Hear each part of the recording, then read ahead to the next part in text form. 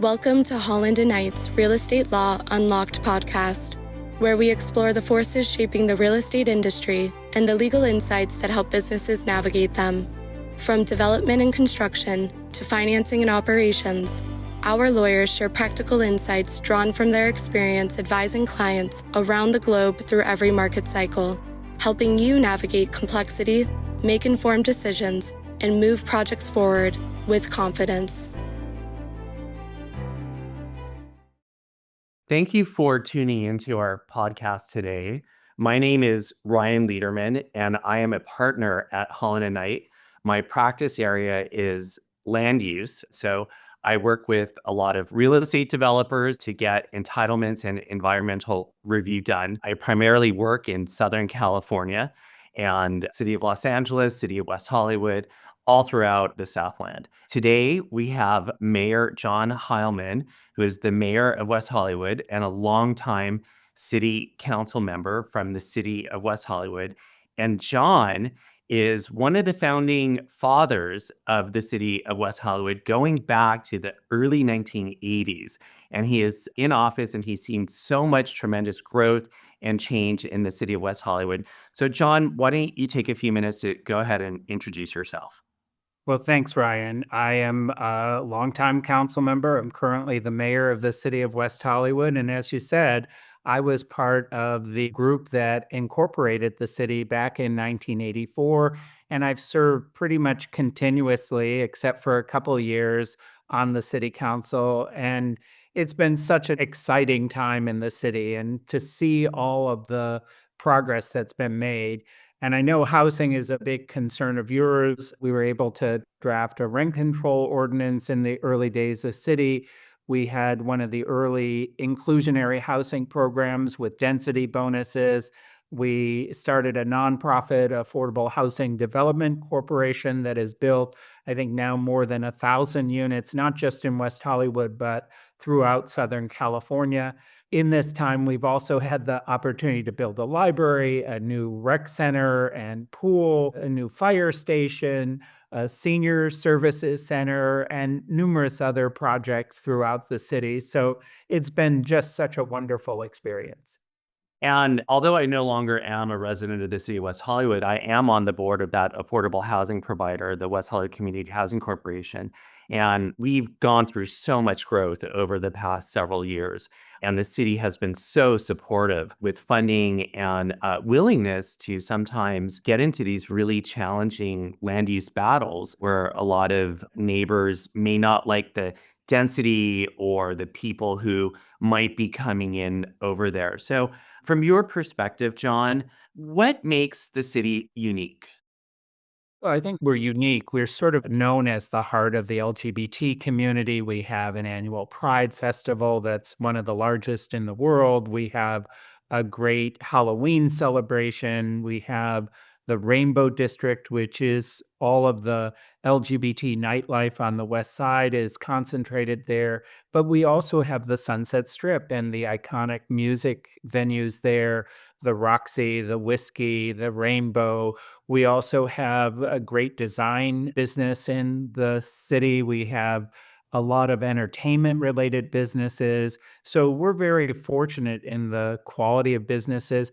But I think what makes West Hollywood really unique is the people who live here. And we have so many people who are so active, so concerned about not just the city, but work in nonprofits, work in trying to make the world a better place. So it's great when you have residents who are committed in that way. My grandparents used to live on Curson in the city of West Hollywood, and I have fond memories of learning how to swim in their pool at their apartment building. They lived in top unit at the front of the building. And at that time, back in the late 70s, it was mostly senior citizens and a lot of Russians. My grandfather emigrated from Poland when he was a young man. Tell me a little bit about the evolution of the residents and the change in the character of who actually lives in West Hollywood now. Well, about 40% of our residents identify as LGBT plus members, and we have a significant senior population. West Hollywood is often thought of as a fairly wealthy community, and we are, but We also have about 20% of our residents who are living below the poverty line. Many of them are seniors or immigrants. For a long time, we were sort of the heart of the Russian immigrant community or Russian speaking immigrant community. And that's changed a little bit as people unfortunately have died off, or the next generation, they have children and want to move out to a place where they have more room for the children to grow and play. I know Santa Monica Boulevard used to have railroad tracks right down the center of the street. And you were instrumental in helping to remove that and beautify the street many, many years ago. And the city is so dense with so many apartment buildings located near these great transportation corridors. Can you talk a little bit about how the housing laws have changed in relation to density? Well, I think there is some issues, and I know that the state is well intentioned in terms of trying to address the housing shortage in California. Sometimes I think they address it in a way that has unintended consequences. For a while, I think the state felt like it was going to solve the housing problem by ADUs, accessory dwelling units. And every year they keep updating the ordinance or the state law on ADUs. And every year we have to spend time addressing that. And it really takes away time from addressing the affordable housing problem that we have. What we really need is to have the tools to make sure that new development is suitable for our community. As you mentioned, we're already one of the densest cities in the country, and we're trying to encourage housing, but we want to be able to encourage it in places where it makes sense in the city rather than destroy intact neighborhoods or cause displacement of existing residents. So sometimes I think the state doesn't quite get the difficulties that local officials have in addressing housing. One of the other things that has been enacted recently by the state is SB 79. As you know, it allows for much greater density along certain types of rail lines, and it is going to affect West Hollywood because we recently got approval for a metro extension, the extension of the K line that will come through West Hollywood. But SB 79 has caused a little bit of pushback, people now opposing transit that they previously supported because they're concerned about how SB 79 is going to affect their neighborhood.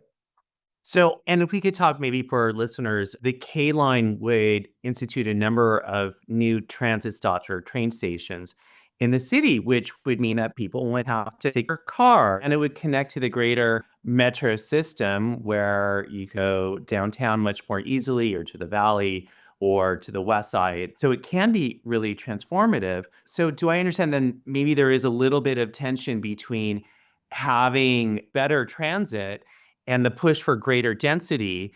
And then how does that relate to existing neighborhoods where people are maybe afraid about gentrification or possibly their house is going to be subject to a tower coming up over there? How do you reconcile all of that?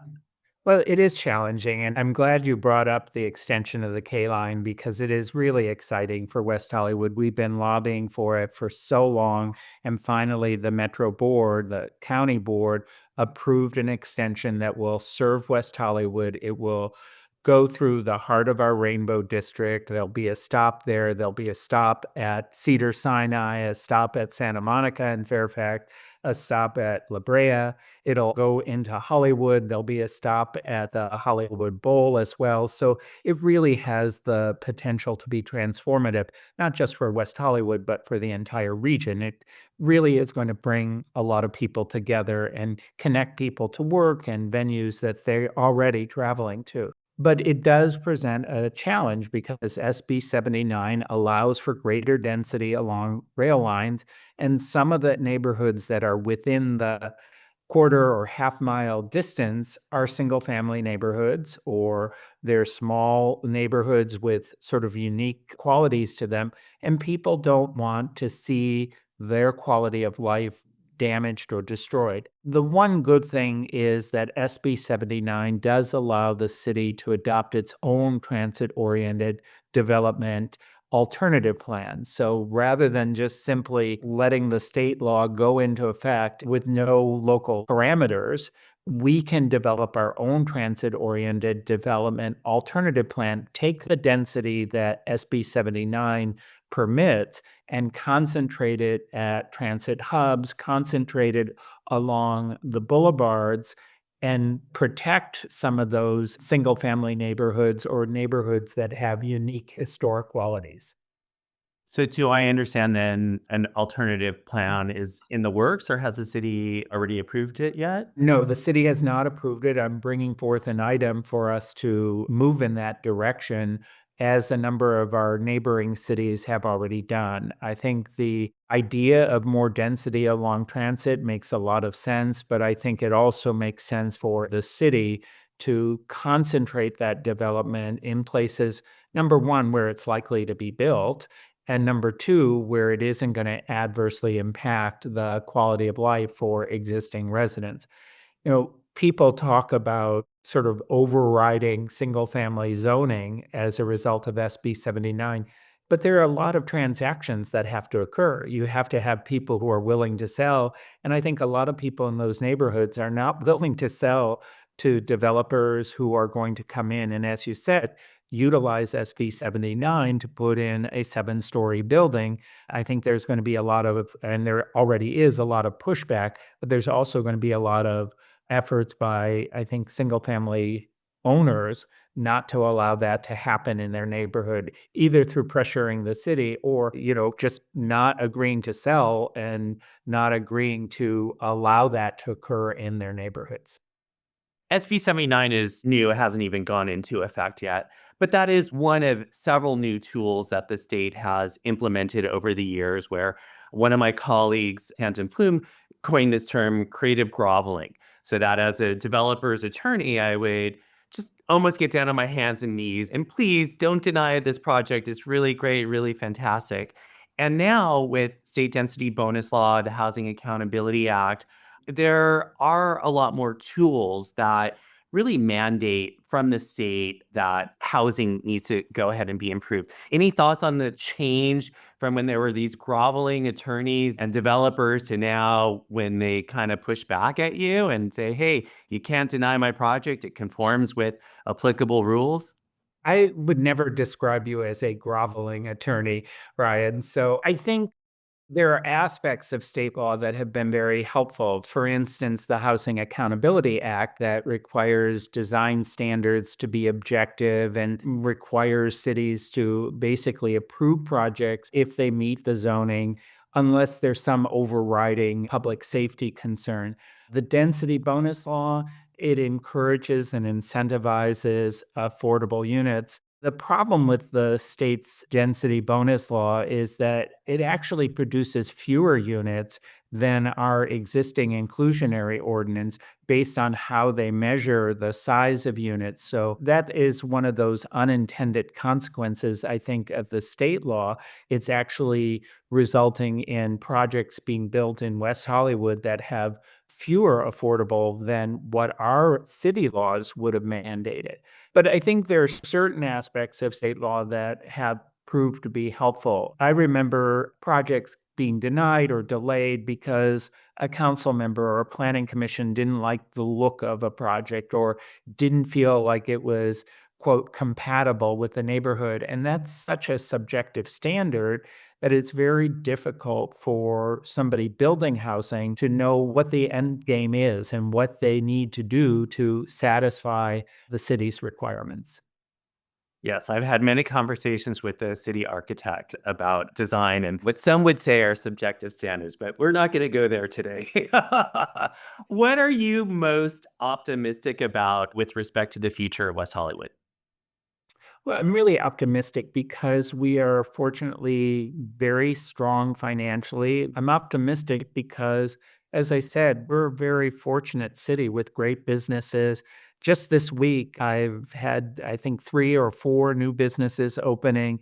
We're seeing a lot of interest around the metro extension. And I think we're going to see that be a transformative event when it is eventually built. It's going to take a substantial amount of time, but it's something that is really a long-term investment in the community that is worth fighting for.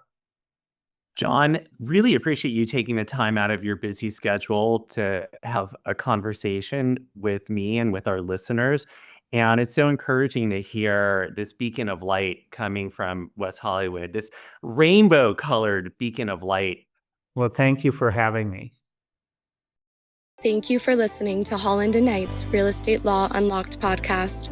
As one of the most comprehensive real estate practices in the United States and a team that works seamlessly across industries and borders, we help clients advance their goals at every stage of the real estate life cycle. To learn more about how we can support your next real estate venture, visit hklaw.com/real estate.